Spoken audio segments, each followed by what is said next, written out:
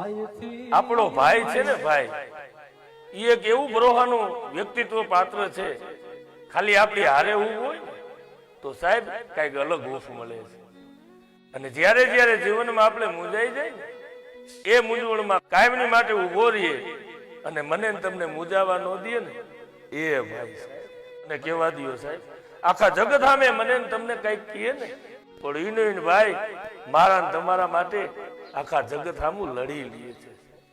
આ ભાઈ કારણ કે હો હગા અને હો મિત્રો તો મળે, પણ આ જગતમાં ભાઈ મળવું બહુ મુશ્કેલ છે.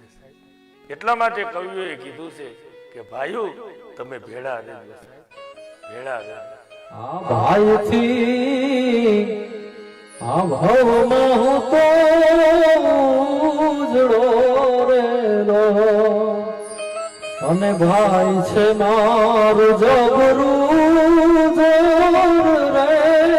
ભાઈથી આ ભવમાં હું તો ઉજળો રેલો.